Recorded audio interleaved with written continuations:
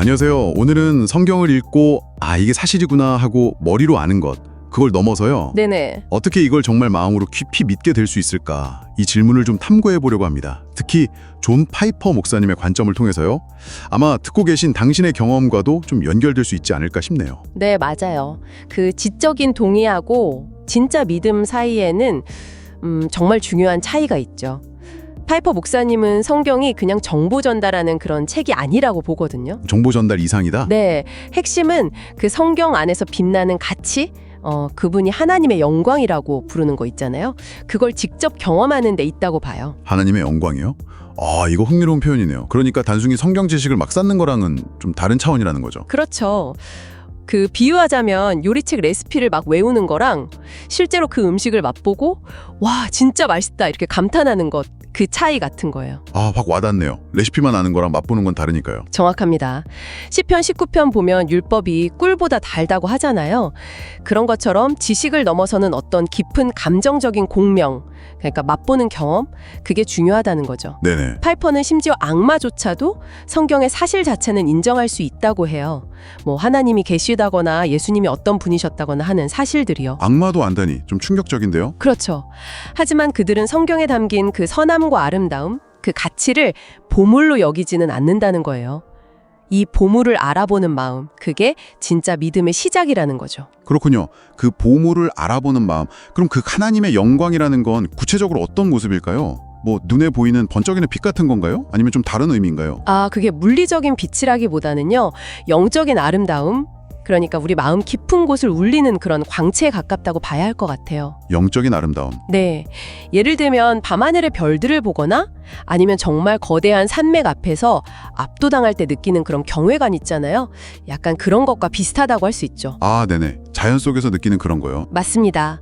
시편 19편에서도 하늘이 하나님의 영광을 선포한다고 했고 로마서에서도 창조 세계를 통해서 하나님의 보이지 않는 속성들을 알 수 있다고 하잖아요. 네, 그렇죠. 그러니까 자연이나 성경이나 다 그분의 성품을 비추는 거울 같은 역할을 한다는 생각이죠. 그런데 왜 많은 사람들이 그 영광을 보지 못하거나 혹은 느끼지 못하는 걸까요? 분명히 존재하는데도 말이죠. 파이퍼 목사님의 설명에 따르면 그건 영광이 없어서가 아니라 우리가 어떤 영적인 맹목 상태에 있기 때문이라고 해요. 영적인 맹목 상태요? 네, 고린도후서 4장 4절에 보면 세상의 신이 믿지 않는 사람들의 마음을 어둡게 해서 그리스도의 영광을 보여주는 그 복음의 빛을 보지 못하게 한다. 뭐 이런 말씀이 있거든요.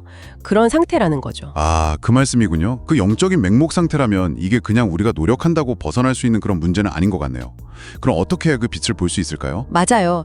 이게 참 중요한 지점인데 인간의 의지나 노력만으로는 한계가 있다는 게 파이퍼의 관점입니다. 하나님께서 직접 우리 마음에 빛을 비추어 주셔야 한다는 거죠. 하나님께서 직접이요? 네, 이걸 이제 성령의 조명이라고 부르는데요. 성령께서 도와주셔야 비로소 그 영광을 깨닫고 감격할 수 있다는 겁니다. 뭐랄까, 음악 이론을 전혀 모르는 사람이 교향곡을 듣는 거랑 좀 비슷해요. 어떤 느낌인지 알 것 같아요. 소리는 들리는데 그렇죠. 소리는 듣지만 작곡가의 의도라든지 그 곡이 가진 깊은 아름다움이나 의미는 놓치기 쉽잖아요. 그러니까 지적인 이해를 넘어서는 어떤 도움이 필요하다는 거죠. 성령의 종용, 그 개념이군요. 그럼 이건 뭐 신학자나 아니면 특별히 영적인 훈련을 많이 받은 사람들만 경험할 수 있는 그런 건가요? 전혀 그렇지 않습니다. 파이퍼는 이 경험이 뭐 학력이나 배경 이런 거에 상관없이 그냥 겸손하고 열린 마음으로 성경을 대하는 모든 사람에게 열려 있다고 강조해요. 모두에게 열려 있다고요? 네, 그래서 정말 다양한 시대와 문화의 사람들이 성경에 그렇게 깊이 매료되는 거고요. 이게 때로는 세속적인 관점만으로는 설명하기 어려운 어떤 보편적인 힘을 보여주는 거죠. 뭐 아우구스티누스가 우리 마음은 주님 안에서 쉴 때까지는 불안합니다 라고 고백했던 것과도 좀 통하는 면이 있고요. 그렇군요. 그럼 우리가 일상에서 이 영광을 경험하는데 좀 더 열린 자세, 뭐랄까 수용성 같은 걸 기르려면 어떻게 시작해 볼 수 있을까요? 그냥 가만히 기다리기만 하는 건 아닐 것 같은데요. 네, 좋은 질문이에요. 그냥 수동적으로 기다리는 게 아니라 능동적으로 그 수용성을 가꾸는 노력이 중요하다고 봐요. 시작은 의외로 간단할 수도 있습니다. 어떻게 시작하죠? 일상에서 경외감이나 경이로움을 느끼게 하는 순간들 있잖아요. 그런 순간들에 좀 더 주목해 보는 거예요. 예를 들면 정말 숨막히게 아름다운 노을을 봤을 때라든지 아니면 밤하늘의 별들을 보면서 와 하고 감탄했던 순간들 같은 거예요. 아, 그런 순간들이요. 자연 속에서 문득 뭔가 큰 아름다움이나 질서 같은 걸 느꼈던 그런 경험들 말씀이시죠? 바로 그거죠. 파이퍼는 그런 경험들이 바로 하나님의 영광을 살짝 엿보는 것과 같다고 말해요. 엿보는 것과 같다? 네. 그리고 그런 감각, 그런 경험을 가지고 성경을 읽을 때 그냥 글자 너머에 있는 그 영광을 발견하도록 우리를 준비시킨다는 거죠. 마치 저희 할머니께서 마당의 작은 풀꽃이나 물에 비친 햇빛 무늬 속에서도 막 신의 솜씨를 발견하시고 감탄하셨던 것처럼요. 아, 할머님 이야기 좋네요. 작은 것에서 경이로움을 찾는 연습이군요. 네, 그런 일상의 경험하고 성경 읽기를 연결하는 거죠. 물론 바쁜 삶 속에서는 쉽지 않겠지만 잠시 멈춰서서 그런 순간들을 좀 의식적으로 찾아보고 느껴보려는 노력이 필요하겠죠. 의도적인 노력이 필요하다는 말씀이시네요. 네, 맞습니다.